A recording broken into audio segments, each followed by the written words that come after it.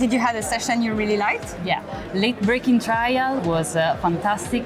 There is a new format, I think, when they go very deep inside the paper. So it was very, very interesting. This morning in the NAPS program about echo.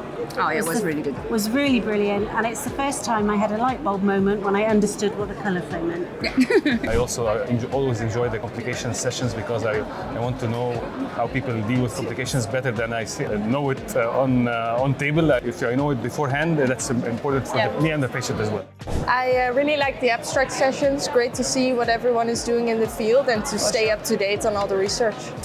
3 actually I really enjoyed. One was complications in TAVI.